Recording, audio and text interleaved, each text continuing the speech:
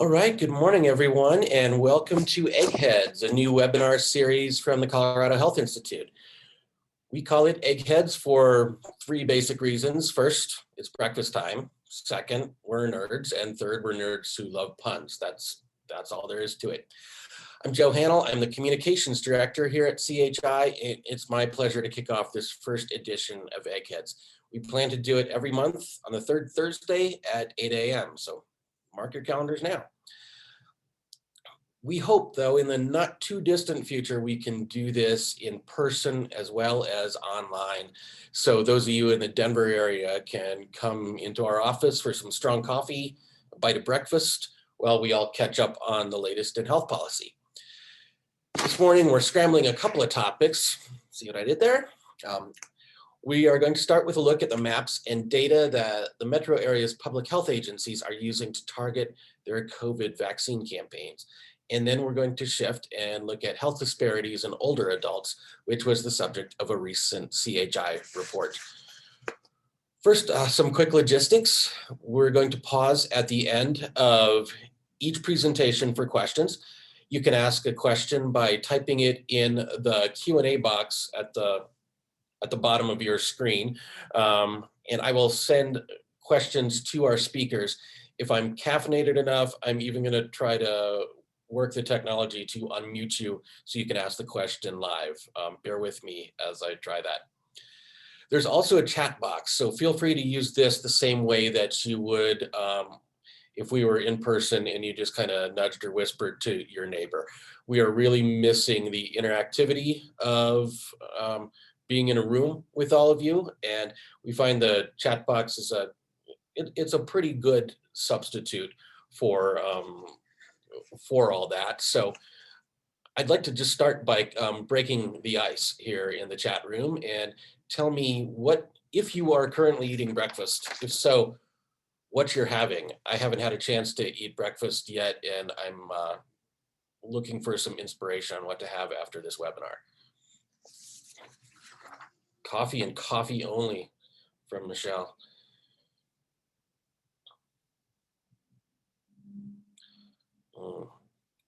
Grapes, banana and almond butter. This is health policy. This is such a healthy crew. There are no breakfast burritos, nothing. All right. Well, I'd have to take my inspiration from a less healthy group. All right. Well, thanks everyone. Final housekeeping note, we are recording this webinar, and I'm going to post it later on today on the on our website. The shortcut link is collo.health/eggheads, and that's all one word for eggheads, all lowercase. All right, so let's get going. Our first speaker is Nicole Steffens. Nicole is a program manager here at CHI. She joined CHI in October 2019, which was just enough time for us to get to know her before COVID sent us all back to our home offices. She coordinates CHI's work with the Metro Denver Partnership for Health. Prior to CHI, Nicole was at Denver Public Health, where she coordinated a multi-county HPV prevention grant. She earned a master's degree in public health from the University of Minnesota School of Public Health. So, Nicole, I'll have you unmute and take it away. Thanks, Joe. Welcome everyone to our first Eggheads. We're so excited to have you here today. Again, as Joe noted, my name is Nicole Steffens, and I'm a program manager working on various initiatives to address the COVID pandemic. Over the past couple months, CHI has launched multiple online vaccine equity maps that can help users identify populations in communities disproportionately impacted by the COVID-19 pandemic and help us track vaccination progress across the state. Before we start, we want you to leave here with two ideas, if anything. With the COVID pandemic, our equity work is incomplete, and we're seeing racial and ethnic inequities persist even with intentional efforts being put into place. We know that there's still so much to do to ensure communities are safe, healthy, and happy. But if equity were easy, we wouldn't have disparities. However, there are strategies we can employ to operationalize equity. Authentic partnerships and connection with data is one strategy, and this data should be at the root, and this work should be at the root of all that we do. The first initiative I want to highlight today are CHI's Colorado Vaccine Equity Maps. These were created to support Together We Protect, Colorado's COVID-19 Vaccine Equity Fund. This funding is helping prioritize support for vaccine equity efforts. Please go to the tiny URL here for more information and to explore the data yourself. These data layer vaccine data from public health partners, CHI Social Distancing Index, and demographic indicators that influence health, including race and ethnicity, age, and income. Users can also see how vaccination rates have changed over time relative to the state's average. Overall, our hope is that these maps provide context to help you and other partners understand where the need may be greatest across the state. Vaccines matter, and we've been waiting for what feels like a really long time for this moment. People can feel comfortable seeing their families and friends again. Grandparents can now kiss their grandkids. Life is moving on, and that's really great news. But we have a lot to do to operationalize this type of data and equity to ensure that all have access to getting the vaccine. Today, I'm going to go into depth on other geographical data that is a bit more localized than what I just showed you, and how we're using them in the Denver metro region specifically. The efforts we'll go through today are in partnership with the Metro Denver Partnership for Health, otherwise known as MDPH. MDPH is a collaborative between health systems, public health agencies, human services, and regional accountable entities in the 7-county metro region. These counties are Adams, Arapahoe, Denver, Douglas, Jefferson counties, Boulder, and Broomfield. CHI is the administrative and fiscal hub of MDPH. The partnership works alongside regional leaders in various sectors to achieve its goal of improving population health regionally with collective action. Overall, the group represents over 3 million Coloradans, about 60% of the state's population. MDPH teams have been working on COVID response and recovery since March 2020.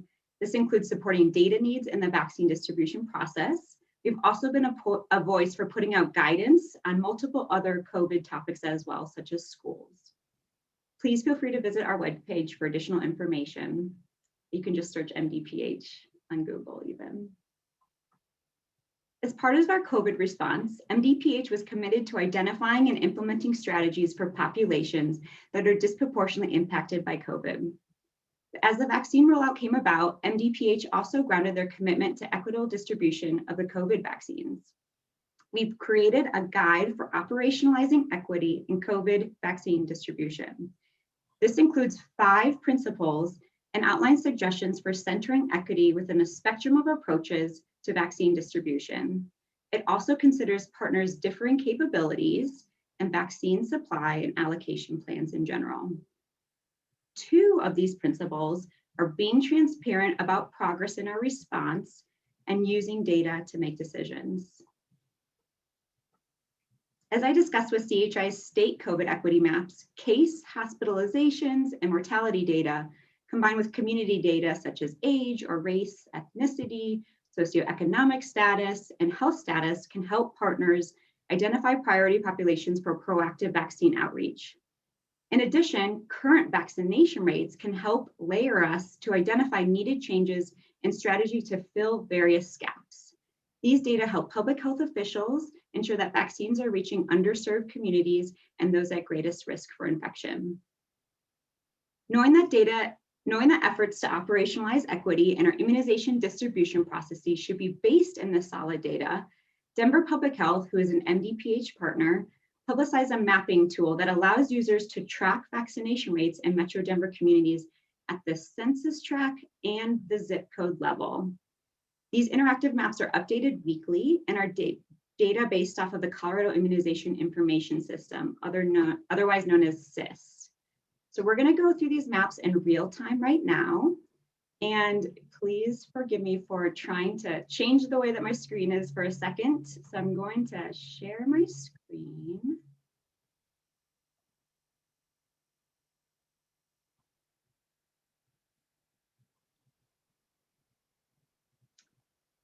Okay, you should be able to see this all right. please let me know if you can't. Okay, so these are the maps. They're stratified by age group at the top, as you can see here, allowing us to quickly see the percentage of people in each eligible group who have been vaccinated. This was really important as we rolled out the phased vaccine distribution. So, and before April, we were giving shots to everyone over 60. Lighter colors on the map in general represent lower vaccination rates. So this gray and this white that you see here. And dark blue means that 75% or more people have had at least one COVID shot. So I can just click, let's click 40 to 49 so you can see how this changes. So you can see dark blue means that there's higher vaccination rates in that community compared to ones that are white or dark gray here. You'll see darker colors overall as we go through the ages, as those who are 60 or older have had more time to access the vaccine based off of that phased distribution process. And the data illustrates significant differences overall between communities across the Denver metro region. So I'm going to dive into some of this right now so we can walk through it together. Let's start with this 60 to 69 age group, since they had more time to get the vaccine and these rates are a little bit more relevant. In general, I'll zoom in here for you. In general, we know that as a whole, Douglas County, Broomfield County, and Boulder counties have a higher median income than, for example, Adams and Arapahoe counties. They also have better overall health outcomes, many years landing on the US News top 10 healthiest counties in the US list. In general, for those who've had most time to get the vaccine for this age group, we see many more pockets of light gray in Denver and Adams and Arapahoe compared to Broomfield, Boulder, and Douglas. So I'll zoom out here so you can see the whole map as a whole. You just see a little bit more pockets here. And this is just one little piece of the story. I really want to drill down into the actual census and zip code level. Let's look at age 30 to 39. And let's zoom in here. It will take a second to load. Okay.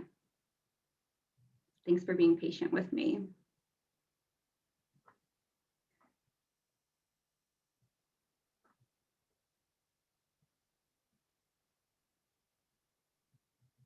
Oh, sorry, everyone.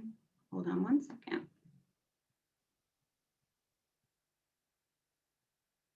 Okay, I'll start here. Okay, so in zip codes 80010 and 80011, the Aurora neighborhood surrounding Anschutz, so this is Colfax right here, just for reference to ground you. We see that less than 50% of 30 to 39-year-olds have had one COVID vaccine, compared to those just west of there in central Denver. So this might be Wash Park or City Park area, where more than 75% of these residents have been vaccinated. So more than 75% of 30 to 39-year-old residents have been vaccinated. These neighborhood median incomes are significantly lower than 80206 or 80209. About 48% of residents in 80011 identify as Hispanic and 17% identify as Black, compared to 84% of residents in 80206 who identify as white. This is really important to understand, acknowledge, and then dive deeper into. What are the reasons for this disparity just right across the road, basically? Are there no closed fixed vaccination sites in these areas? Is there hesitancy among this community in particular who live there? What kind of things are preventing higher uptake?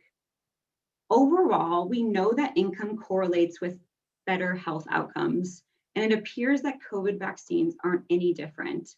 People with more resources are the ones who are getting vaccinated first.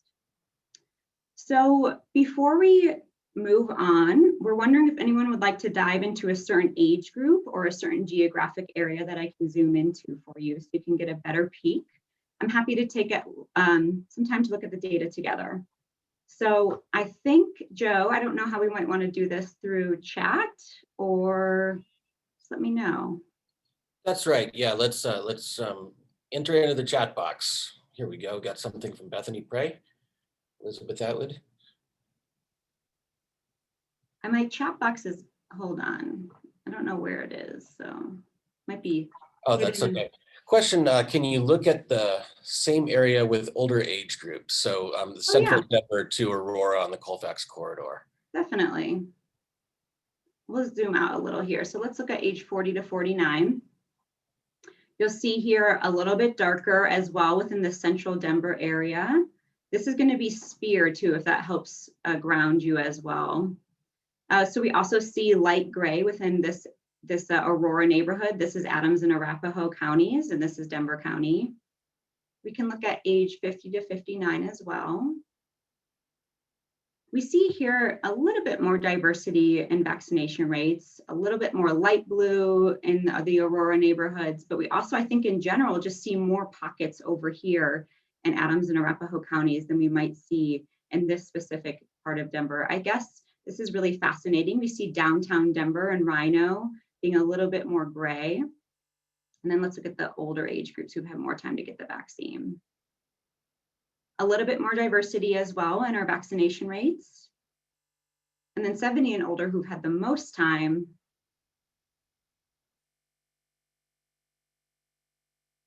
A little bit of pockets here and there as well, which is really fascinating and really interesting. So this little kind of scatter box, right? So now we can start to think about, why is this specific census tract not getting vaccines, right? That's not just about zip codes, it's about these little neighborhoods. Is there something in particular that's affecting that? And what can we do as public health officials to really address that? I hope that helped. And again, sorry, Joe, I can't see the chat, so. That's all right. If we have, I think we've got time for another one. Elizabeth Atwood asked, let's look at age 18 to 29. Yes, and they're great question. I do want to note for everyone that age 12 through 17 was just added this week. And so it's because it was just accepted as, Pfizer was just accepted for this age group. So that data is it's not very reliable just yet because everyone's just getting access. But let's look at 18 to 29 who we've had kind of a tough time with this group. We know that case rates are higher in 18 to 29-year-olds in the youth right now and children. And so this is a group that we can really target efforts to prevent spread of infection. With a lot of the age groups in our phase rollout, it was really important to focus on the older individuals to prevent mortality and risk of death. But with this younger age group, we're trying to prevent risk of infection. And so it's really fascinating here to see this is the group that might be spreading COVID a little bit more easily. And where are these big pockets? And I think there's a lot more big pockets. So that's why I'm going to zoom out for you here. And sorry, it takes a second. I know that my computer lags when it's loading. So I'll just zoom out as a whole so we can see this. Boulder, we know there's a lot of young individuals who live there, downtown Denver as well. We can see this really interesting like Sunnyside, Highlands area have darker colors. With this corridor along Federal, which is this dark line here, we have a lot of work to do. This is the corridor around Sheridan as well in Jefferson County. We have a lot of work to do there. And in general, we see health outcomes with this inverse L in Denver being worse than kind of some of the other parts of Denver. So this concerns me. I know that we have a lot of work to do to target these young people and young individuals, especially along these lines. And again, we have these kind of bigger gaps even that you see in Douglas and Jefferson County pockets. All right, a couple more questions rolling in. Let's see what we can take. First of all, can we look at Black, Indigenous, people of color, 65 and older? Correct me if I'm wrong, Nicole, but these maps are only coded for overall population, and we don't do any population and age. We don't have any further demographic breakdowns. Is that right?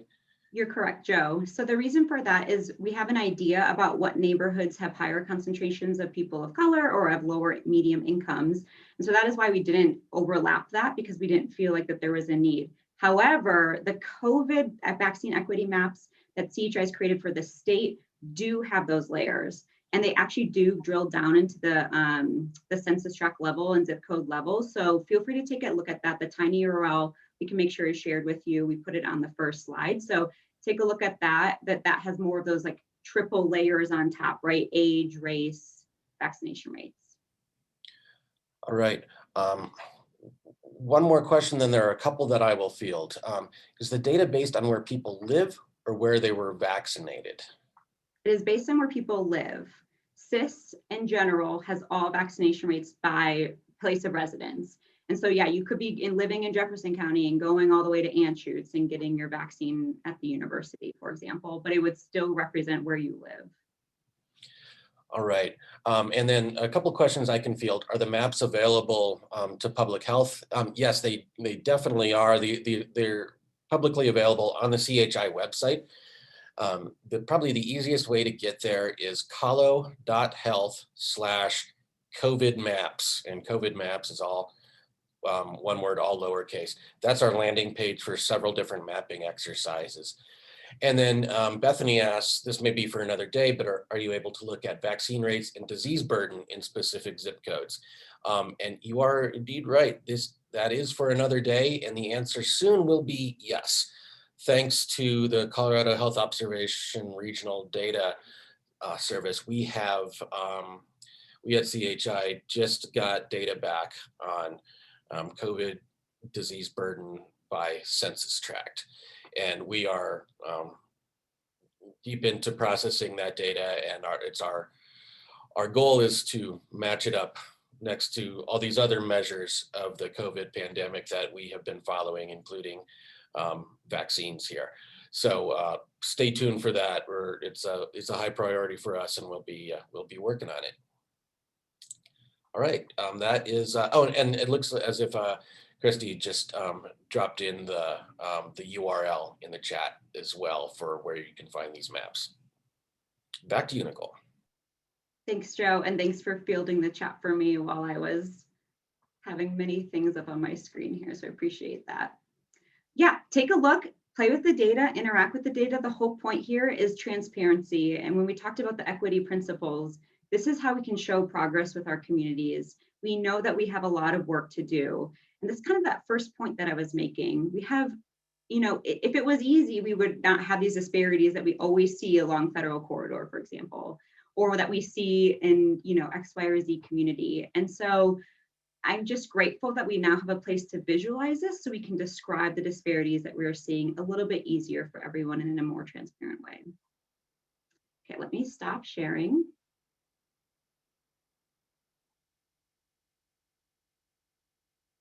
Great. Okay, you should just be able to see the graph right next to me. So in addition to geographical data, MDPH is also posting real-time vaccination rates by race and ethnicity. This is one example. I know it's really small, but we're going to dive into it in a little bit. In the Denver metro region, overall COVID cases, hospitalizations, and mortality rates are higher among communities of color, those with lower incomes, and people without documentation. The circumstances of their lives, such as unmet social needs, work environments, household sizes, underlying health conditions, and limited access to care, put them at higher risk of severe illness. These unmet needs are exacerbated in crisis situations like the pandemic, where populations experiencing these disparities face even greater barriers to protecting their health. In fact, Denver Public Health published in CDC's Morbidity and Mortality Weekly Report that from March to October 2020, the proportions of COVID cases, hospitalizations, and deaths among Hispanic adults were about double the proportion of Hispanic adults actually living in the city and county of Denver. In addition, although Black residents only made up 6% of COVID cases in Denver, they accounted for about 12% of hospitalizations and deaths.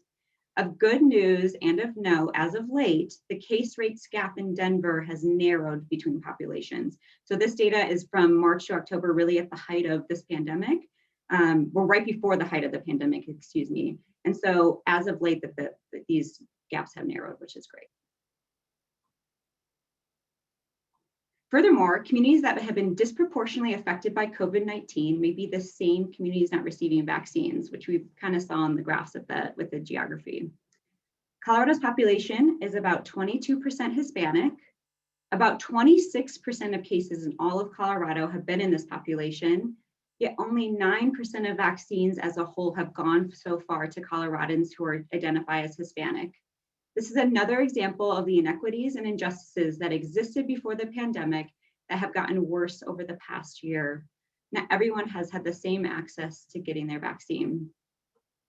Shown here are the current zoomed in vaccination rates for a 7-county metro region, so that small graph that you just saw a couple slides ago.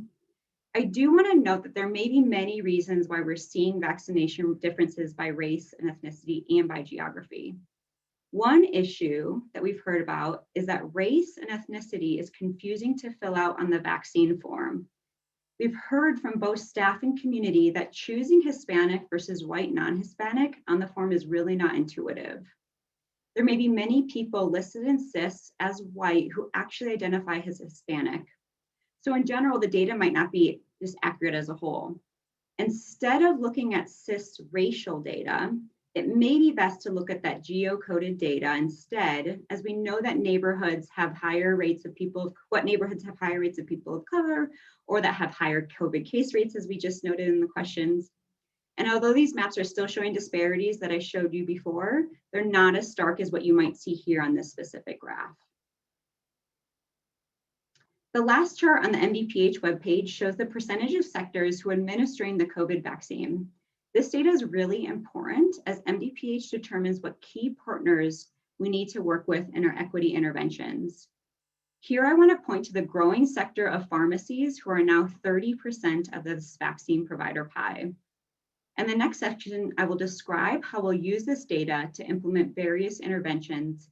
And one innovative approach may be to engage large pharmacy chains on the potential barriers to vaccination. Next, I want to describe to you how we're using this data. What's MDPH doing to ensure that our vaccine equity efforts, our vaccine distribution efforts are centralized in equity? So to achieve uptake of COVID vaccines, it's critical for those working in public health to collaborate with community-based organizations. And I don't know if that's really a surprise to many of you here. They can help us support messaging on the importance of getting the vaccine and helping facilitate the community in actually obtaining the vaccine. This is another one of the 5 key MDPH equity principles. A regional approach with coordinated messaging and interventions streamlines communication to the public, and dissemination of evidence-based knowledge and information on access to vaccines can't be done without building the trust with the community first. So to improve information and vaccine access, MDPH is partnering with community ambassador organizations to promote the importance of the COVID vaccines. We provide financial resources, training, and assistance through a community of practice to community partners across the Denver 7-county metro region. So these might include nonprofits, promotoras, health faith-based organizations, or other groups that have really close ties to the community. These ambassadors disseminate culturally relevant and appropriate messaging on the importance of the vaccine and support local efforts to help patients register and access vaccines. So that might include helping call patients directly, scheduling them for appointments with reminders, promoting walk-up vaccination events in their, for example, their parking lot, or visit households of residents with no phone number or who haven't gotten their vaccine, like kind of doing a door-to-door canvassing approach. We work with our community ambassadors to identify key communication strategies that can help address vaccine hesitancy barriers. This may include working with cultural brokers who understand the nuances of their various communities to ensure culturally appropriate messaging is being utilized and really assess how messaging can be tailored to targeted media outlets. So that really could be neighborhood newspapers, church newsletters, social media platforms, or other various news outlets. Furthermore, MDPH public health agencies, local health system partners, and vaccine providers have been working in tandem to implement culturally appropriate distribution plans and integrate policy change to ensure we're addressing all the barriers to vaccine access. And we want to make sure that they're continuously rolling out the vaccine with an equity lens. We're really taking a lot of lessons learned over the course of the past 5 months to assess how can we do better? How can we reach these communities in a better way? So some of these interventions and solutions that we're putting into place with vaccine providers and local public health are the following. ensuring vaccine providers offer additional evening and weekend clinic hours, pivoting from large mass vaccination sites, such as the Ball Arena, to fixed outreach locations in collaboration with the community organizations in the area. So using our maps, we can expand long-term vaccination sites in under-vaccinated neighborhoods, working in collaboration with local providers and community leaders to improve trust. We also want to ensure organizations are not refusing people who come in for their second shot. And we also want to engage those large pharmacy chains on potential barriers to vaccination. We know that their online registration processes can be a little bit burdensome. They request insurance information and demographic information, and some people might not feel comfortable putting their information in online to register through like King Soopers, for example. We can expand vaccine access in emergency departments or primary care doctors, and we can partner to host family and school-based vaccine clinics so everyone can get their shot at the same time. Now that 12-year-olds can get the vaccine, we know that parents might have to take off multiple times to go get the shot themselves, but also to bring their child to the school or a child to their pediatrician to go get the shot. So if we can vaccinate everyone at the same time, we get a better bang for our buck. Overall, MDPH is aiming to ensure all 5 equity principles are integrated into the COVID vaccine rollout. As you heard during the presentation, in summary, these 5 principles are using data to make decisions, being transparent about progress with our community and publicizing our data, partnering with the community in strong and long-term ways, ensuring that vaccine sites meet the diverse needs of our communities, and prioritizing policy change and even funding structures. We're excited to move forward from here to ensure barriers to receiving the vaccine are addressed for our communities, both here in Denver and for the rest of the state. We could not do this work without the diverse partnerships at the table. We really couldn't. This is only successful because we have everyone here. And we look forward to strengthening those relationships over the course of the COVID recovery process as well. And we want to make sure that community healthcare and public health have strong ties for many years to come. Thank you all so much. That is my presentation, and I think we'll be fielding questions and answers right now. We certainly will. Thank you so much, Nicole, and to everybody who's doing this work in the field. We have a question from Mary Gilman, and Mary, I am going to I'm going to open your microphone now if you'd like to ask it of Nicole in person. If that doesn't work, I can read out the question from the chat. But here we go. We should.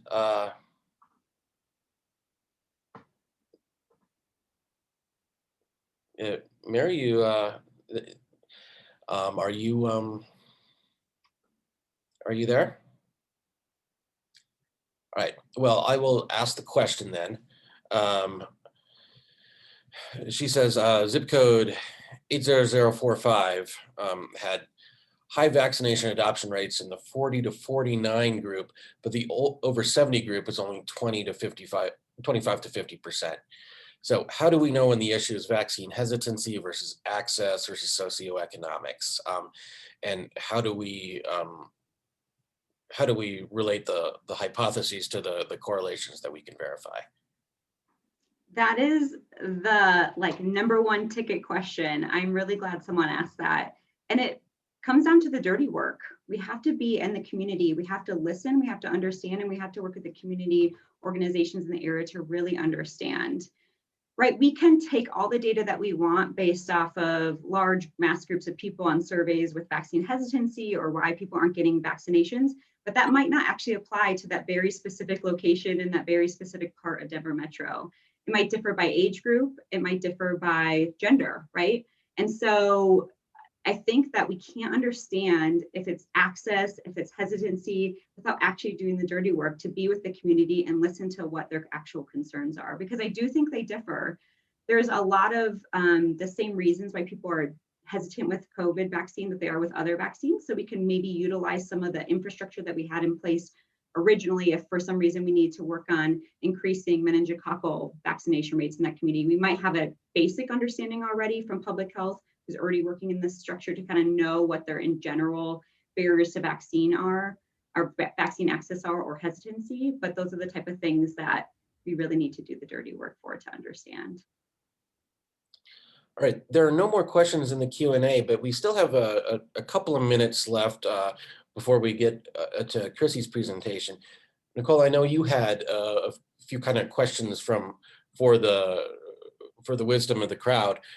If you'd you can answer a couple of ways. You can type in the chat or hit the raise hand button, and I'll unmute you and open your mic. Great. So my first question, let's just dive right back into that original question, is what have you heard from the community that might explain the differences in vaccination rates? I'd love to hear if you've heard anything unique, if it's related to access, if it's related to hesitancy, if it's related to, all the other barriers. I'd love to hear your perspective, maybe from a specific community in mind too, if you have one.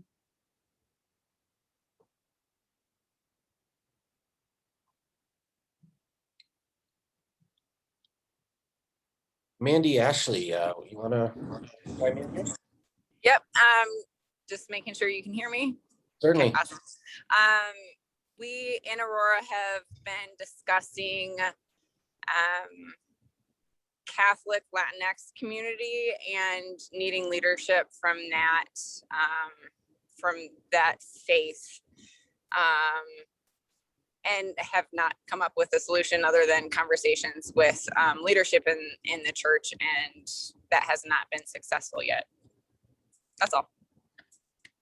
Thanks, Mandy. Really great point. And I think a lot of times when we try to work with community, it doesn't work, right? A lot of times they don't feel comfortable talking about vaccines. I think it's a really good point. We can't say that everyone's going to be fully on board with this process and building trust. I know in Denver, we're trying to work with Denver County, and know that Tri-County Health Department is on this program, who have community-based organizations at the table who are working. And if we need to connect with Tri-County Health Department to really figure out what faith-based organizations might be appropriate to talk to. But in Denver, I know that they are working with the Council of Black Churches and some of the other faith-based organizations as well. So maybe we can take some of those lessons learned and figure out what works. I also think we would like community to talk to each other. So if we have a community that's working with a faith-based organization in X county who's excited, willing to work on this, how can we kind of move that and have them learn from, how can we have the faith-based organizations in Aurora learn from everyone else about kind of the importance and talk through their actual concerns that might build trust a little bit better. But that's really helpful, Mandy. Thank you. Renee Gonzalez, your hand was up. Do you have, what are you hearing? Yeah, I wanted to follow up on, can everyone hear me okay? Yes. Yeah, following up on Mandy's comment, there's some fragmentation where the messaging from the Catholic or the Archdiocese of Denver filters down to churches. And what happens at the church level is pastors kind of interpret the messaging their own way. And that's where we're having some extreme confusion or negative reaction, because some of the priests within the Catholic community have different views. And I did some research. Any type of messaging that goes out to parishioners, if it's a personal opinion from actual priests, they have to have permission from the Archdiocese on what they're going to relate to the parishioners, but that doesn't happen. And I can only catch folks, or my particular church, there's hundreds of churches throughout the Archdiocese that reach out to Northern Colorado, and then the Archdiocese of Colorado Springs obviously does the southern piece of Colorado, but that's really where the messaging starts falling apart. We know that the Archdiocese sent out a letter that it's okay to get vaccinated, but then the messaging gets skewed, or however you want to interpret it at the church level. So there needs to be kind of a stronger message, I guess, from the Archbishop somehow in that sense. So I just wanted to add some additional perspective to Mandy's comment around that vaccination hesitancy with the Catholic Church. Thank you, Renee. Really helpful insight. And I think we have some hard work to do both at the top, from the top down, but we also need to figure out what's happening from the bottom up. What are people hearing straight from their priests or their parishioners? questioners are hearing right from there. So I think we need to figure that out. And that, again, is that hard work of really connecting the community. So thank you for that insight, Renee. I really appreciate it. All right, I want to take one more question from the chat before we turn it over to Chrissy, because I think it's a really interesting question from Eric Haydorn. Do you think the initial rollout of the vaccine was flawed, given that the low socioeconomic neighborhoods in Denver tend to lack large health systems and chain pharmacies, and that is where so many of the vaccines are happening? Really good question. I think it was from Eric. I can see here. Eric, that's a hard question to answer. The basic reason why many of the large healthcare systems got vaccine first is because they could store it. They could store the Pfizer vaccine, which is a little bit more complicated to store than the Johnson & Johnson vaccine, for example. And so we would have had to buy a lot of these freeze cold chains for some of these local public health partners or some of these other smaller vaccination sites to be able to hold the vaccine and administer the vaccine. Now, that doesn't mean to say that we did the right thing just because it was the way the cold chain worked for the vaccine, right? I think that we could have thought a little bit more creatively about how to get that vaccine out there from the get-go. And so to make sure that even if you can't store it, how can we get the vaccine to the community in a different way? And so there's a lot of reasons why the rollout came out the way it did, but that doesn't mean to say that that was the only way that we could have done it. So I think no matter what, we've seen that something has been flawed, but whether it was the rollout and the cold chain or whether it was that we had to be more creative, I appreciate you bringing that question up because I think we need to reflect on this as we move forward because this is going to happen again, more outbreaks, right? We have other vaccines. We're worried about pertussis. We're worried about other outbreaks that could happen. So thanks for that question, Eric. All right, thanks so much, Nicole. That was illuminating even for me, and I work with these maps all the time myself. So thanks for that great presentation. We're going to shift now into our second course here. Our final presenter is Chrissy Esposito. She's a policy analyst here at CHI, and she leads our research on aging and health. Her work focuses on needs assessments, evaluation, and geospatial analysis. She earned her master's degree in public health from the Colorado School of Public Health, and her graduate work included a collaboration with Boulder County Public Health to do a spatial and temporal analysis of West Nile virus in Boulder County. It just reminds me of the good old days when West Nile was the biggest emergent disease on our minds. So with that, Chrissy, take it away. The floor is yours. Great. Thank you so much, Joe, and good morning, everyone. So as Joe said, my name is Chrissy Esposito, and I'm going to be spending the last few minutes of this webinar discussing data from the 2019 Colorado Health Access Survey, also known as the CHAS. And we use this data in a recent publication about racial and ethnic disparities among Colorado's aging population. But before we dive into the data, I just want to spend just a minute on how we talk about, think about, and make sense of health disparities. We often encounter information about health disparities as we read the news, scroll on our phone, or even presentations like this one, but we don't always get a complete picture about why those disparities exist. And I think naming and understanding that why component is really important for a number of reasons. One, it avoids normalizing disparities. And two, it assigns blame to the systems, not the people experiencing these disparities.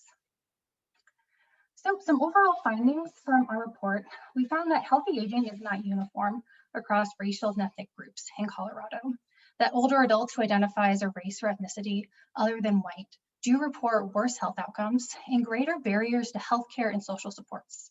And so we're going to spend the next few minutes looking at these reported disparities by health status, income, housing, food, and access to care. But before I dive in, you may hear me use terms such as people of color or older adults of color. And that's because despite the CHAS having a large sample size of 10,000 people, sometimes we still don't have a big enough sample size to have more than 2 or 3 racial and ethnic groups. And at CHI, we do recognize that there are various racial and ethnic groups around Colorado and that they're not a monolith, that they do have diverse experiences and healthcare needs. However, for this analysis, we only had enough sample size for white, Hispanic, Latinx, and sometimes for other races. So let's dive in. And we're going to start with health status. So in 2019, older adults who identify as Hispanic, Latinx, or another race were more likely than their white counterparts to report worse health outcomes. And I'll orient you to this graphic. As you can see in the purple bars, those are the white respondents of 65 plus, yellow is Hispanic, Latinx, and blue is for other races. And as you can see, older adults who identify as Hispanic, Latinx, or another race report higher rates of fair or poor overall health, mental health, and oral health. Why are we seeing this? Well, we're seeing this for a number of reasons, but poor health outcomes are influenced by a person's social and physical environments, as well as decades of inequities in housing, economic, and healthcare policies have created too few opportunities for people of color, resulting in poorer health outcomes. I'm going to switch it over to talk about income now. And I just want to note here that these next two graphics are for people of all ages in Colorado, not just the 65 plus population. So zooming in 2019, people of color are more likely to report lower incomes than their white counterparts. And I want to focus your attention to the two sets of bar graphs on the very left side of your screen. As you can see here, if you identify as Hispanic, Latinx, or of another race, you're more likely to fall into those two categories, or be at or below a FPL of 200%. And to put that into more layman's terms, that means if you are Hispanic, Latinx, or another race, you're more likely to have a median annual income of $53,000 or less for a family of 4. And it's important to note that income influences health. Coloradans with incomes below the poverty level are 3 times more likely to report fair or poor health. And this is because money impacts everything. It impacts what we eat, where we live, what we live in, and what we're exposed to. And as you can see on this next chart, as you move up in income level or in that higher FPL level, the higher rate of people reporting that they have good, very good, or excellent health. And while these last two graphics we looked at were the entire population and not just older adults, it's important to keep in mind that as we age, healthcare expenses can become more costly, especially if you need long-term care services and supports, and if you're not eligible for Medicaid. So moving on to housing. As you can see in this graphic, about 1 in 10 older adults of color reported they were concerned they might not have stable housing in the next 2 months. That is almost twice as high as their white peers. Again, why are we seeing this? And a lot of it has to do with inequitable policies that affect where people lived and where they live now. And something that might come to mind for you is redlining.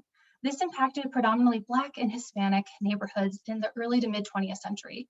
It made it difficult for those populations to own homes. And we're still seeing those inequities at play today, as housing instability is more common among renters than it is homeowners.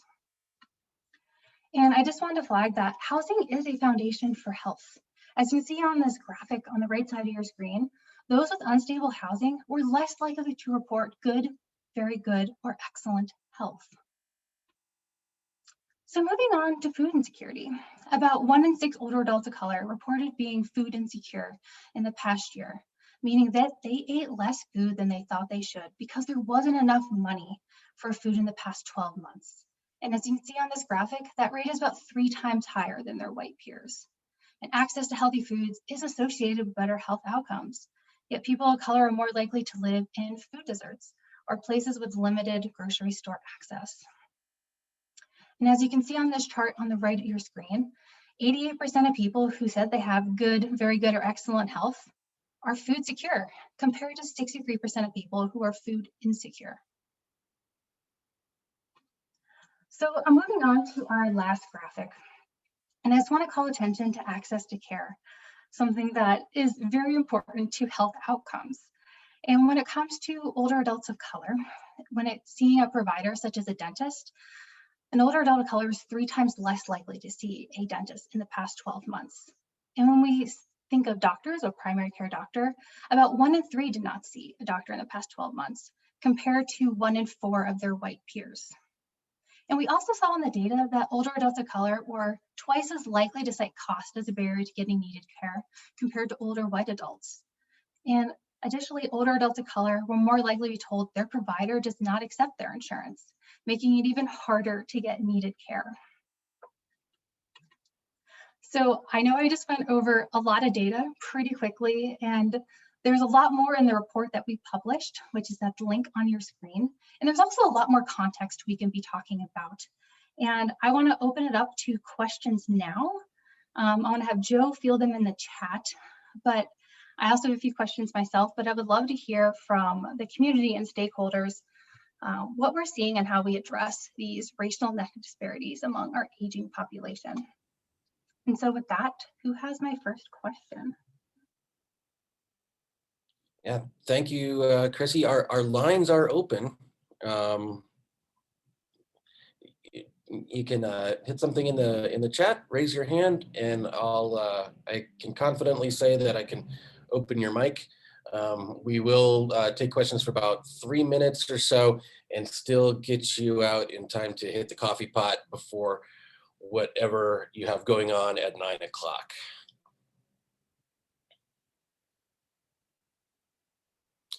Chrissy, why don't you get us started with what you had to ask? Yeah, absolutely. So a question, this actually came from Karen Brown. She asked this of CHI when we released this report. And if there are any current policies in place to address racial and ethnic disparities among older adults in Colorado, which is a very big loaded question. But we are curious to know what's in place or what needs to be in place. And I'd love to hear if people on this webinar have any ideas.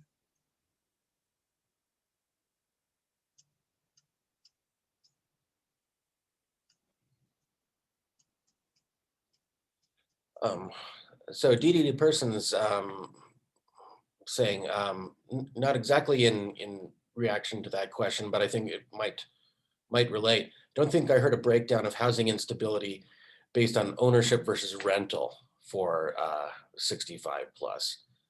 What do we know about that? It might have, I don't know that we asked that in Colorado Health Access Survey.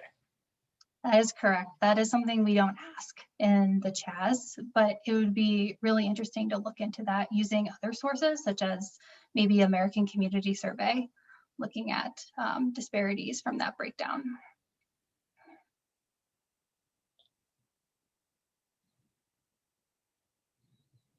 All right, anybody have anything about a policy they'd like to spotlight? Oh, here we go. A couple of from Bethany, have counties been presented with county-specific information, and that might help target outreach on SNAP.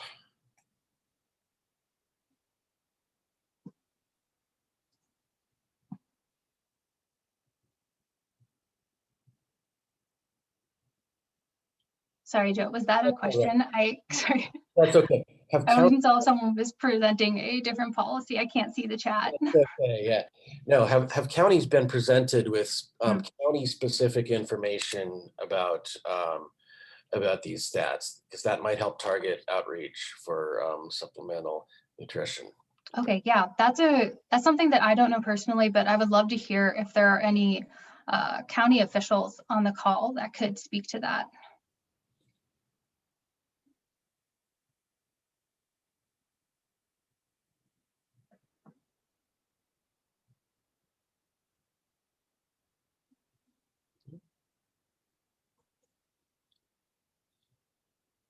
Well, that's all right. I can tell it is time for a second cup of coffee for everybody, including me. So as Christy Ariano from CHI points out, this is Older Adult Month, or Older Americans Month. And we, of course, have a very broad view of Americans. We are interested in anybody who's living here in our neighborhoods, and that's what the CHAS data covers. So, in recognition of that, we did launch this report. The link is in the chat here, and you can also just find it by going to coloradohealthinstitute.org, hitting the Our Work menu item, and it should be one of the first 8 or 10 reports that you see there. It's pretty recent. All right, well, thank you so much for joining us for our inaugural edition of Eggheads. Definitely tune in next month, third Thursday in June. I believe it's the 17th. We're going to have a review of the Colorado legislative session, which probably will end just about 6 days before that. And again, there's a link to register for that second one for next month. So you can also go to colorado.health/eggheads. Thank you very, very much for joining us. Enjoy the rest of your morning. Have a great day making people healthier. Thank you all for the work you do.